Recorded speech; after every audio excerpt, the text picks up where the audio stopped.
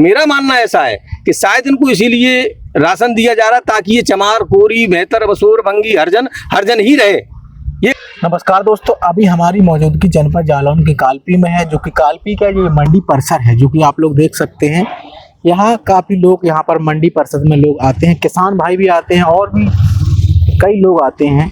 तो यहाँ पर एक चाचा जी बैठे हैं और भी लोग बैठे हैं, पूछते हैं यहाँ पर किस क्षेत्र में इस समय किसका दबदबा है और किस प्रकार की यहाँ पर जो वर्तमान में सरकार है वो किस प्रकार का काम कर रही है, वो सारी चीज़ों पर हम चर्चा करेंगे। सबसे पहले चाचा जी हैं, उनसे जानते हैं क्या नाम। जी चाचा जी नमस्कार। नमस्कार भाई। क्या नाम? आनंद कुमार नायक। अच्छा, जैसे बात करते हैं इस क्षेत्र में ज़्यादातर विकास कार्यों के क्षेत्र में बात करते हैं, क्या क्या विकास कार्य यहाँ पर हुए हैं अभी तक?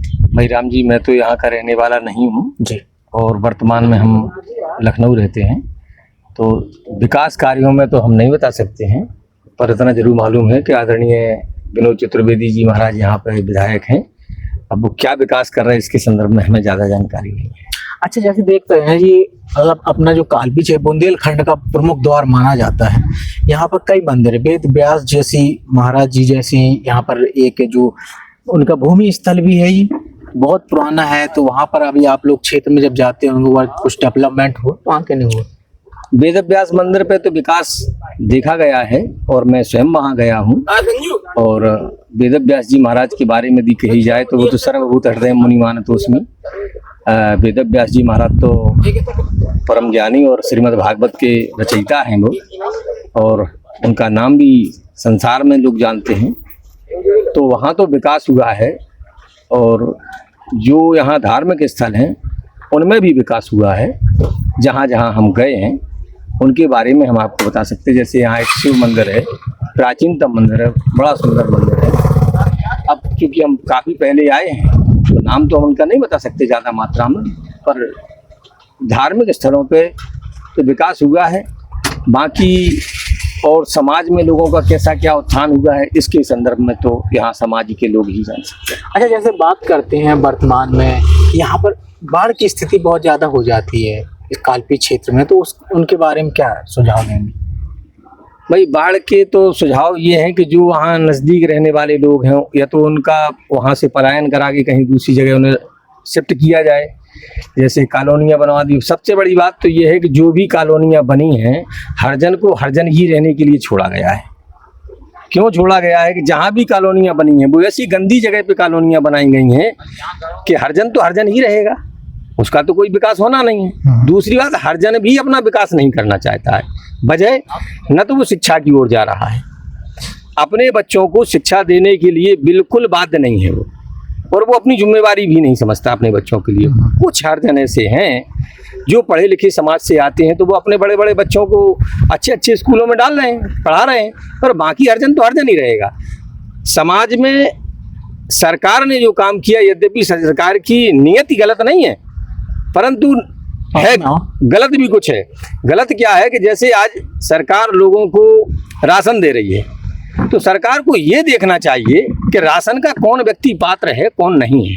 प्रत्येक को राशन जाकर के दुकानों पर बेचा जा रहा है, लोग दारू पी रहे हैं, मांस मदिरा खा रहे हैं, विकास की ओर लिए नहीं जा रहे हैं। और मेरा मानना ऐसा है कि शायद इनको इसीलिए राशन दिया जा रहा ताकि ये चमार, कोरी, बेहतर, बसूर, भंगी, हरजन ही रहे, ये कभी उत्थान की ओर न जाए।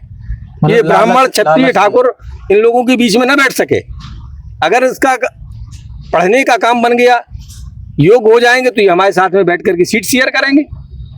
तो शायद सरकारों का भी ऐसा ही मानना है कि ये यदि ऐसे ही रहे तो ये लेबर भी तो मिलती रहेगी हमें, ऐसा मानना सरकारों का। ये मेरा विचार है खुद का, निजी का। अच्छा, किसी का दूसरे का नहीं है। सरकारों को इन बातों पर रोक लगानी चाहिए। सरकार कहती है कि हम समाज का उत्थान करना चाहते हैं, जगह जगह आपने दारू की ठेका खुलवा दिया, आप समाज का उत्थान कर रहे हैं कि विनाश कर रहे हैं? तो ये सरकारों की गलतियां, और बीजेपी सरकार को लज्जा आनी चाहिए कि अगर राम भक्ति के नाम पर तुम आए हो तो राम भक्ति का ही विकास करना चाहिए, ना कि तुम्हें ऐसी चंपत राय जैसे हरामजादों को बैठा करके सरकार में और उनसे जो है पैसा का शोषण करवाएं। तुम्हारे लोग अगर कहीं हैं तो वो तुम्हारे बाप हैं, और जनता का व्यक्ति है। तो हम अगर बैंक में लोन लेने जाते हैं तो नाना प्रकार के हमें डॉक्यूमेंट्स देने पड़ते हैं, और तब भी बैंक वाले कहते हैं नहीं तुमको हम पैसा नहीं देंगे। और जितने बड़े बड़े लोगों को बैंक की लोनें मिल जाती हैं वो कैसे मिल जाती हैं? तब तुम्हारा कोई पूछने वाला नहीं है। तो ये सरकारों की निकम्मापन है, चाहे वो योगी जी हो चाहे वो मोदी जी हो। मानता हूँ मेरे देश का इस समय विकास बहुत अच्छा है, नाम बहुत अच्छा है, सरकार अच्छी है, लेकिन सरकार के नुमाइंदे गलत है। और अगर वो तुम्हारे हैं तब भी तुम्हें उनका विरोध करना ही चाहिए, और अगर वो गैर है तब भी तुम्हें विरोध करना चाहिए। तुम्हारा काम होना चाहिए न्याय। सर्वधर्म परित्यज्य मामेकम शरणम व्रज, जैसे भगवान कहते हैं कि सारे संसार की गलतियों को यदि कहीं छोड़ करके मेरे शरण में आ जाओ तुम, तो तुम्हारा हम कल्याण कर देंगे। तो सरकारों को उन लोगों को आश्रय देना चाहिए जो लोग ईमानदारी से हमारी जनता के प्रति काम करते हैं। उनमें महारानी अहिल्याबाई होलकर का नाम हम विशेष कर लेंगे। ऐसी यदि परंपरा में लोग बाग सोच करके यदि कार्य करते हैं तो समाज के लिए जो काम महारानी अहिल्याबाई होलकर ने किया है, या महारानी लक्ष्मीबाई ने किया है, या चंद्रशेखर आजाद, भगत सिंह आदि आदि हमारे महापुरुष जो हुए हैं, इन लोगों ने किया है, ऐसा विकास करना चाहिए। हालांकि इन्हीं विकास पुरुषों में हम माननीय नरेंद्र मोदी जी को एवं योगी जी को मानते हैं। ये उन्हीं के प्रारूप हैं, उन्हीं के स्वरूप हैं, और हम इन लोगों की प्रशंसा करते हैं। परंतु इस बात की प्रशंसा नहीं करते कि आप कोई यदि मुसलमान है और उसने कोई गलत काम कर दिया तो उसका मकान तोड़ दिया, जमीन मकान जो कुछ हड़प कर लिया, तो फिर हिंदुओं का भी होना चाहिए। अगर वो गलत है तो निश्चित होना चाहिए। वो फिर चंपत राय तुम्हारे चाहे पिताजी हो, वो चाहे तुम्हारे जैसे भी हो, लेकिन उनका विनाश होना जरूरी है। जो चाहे उसमें मिश्रा जी हो, मैं भी ब्राह्मण हूँ, मेरा मतलब ये बिल्कुल नहीं, यदि कोई गलत है तो गलत को दोषी मानना ही चाहिए, सजा भी होनी चाहिए। ये हम सरकार से प्रार्थना करते हैं।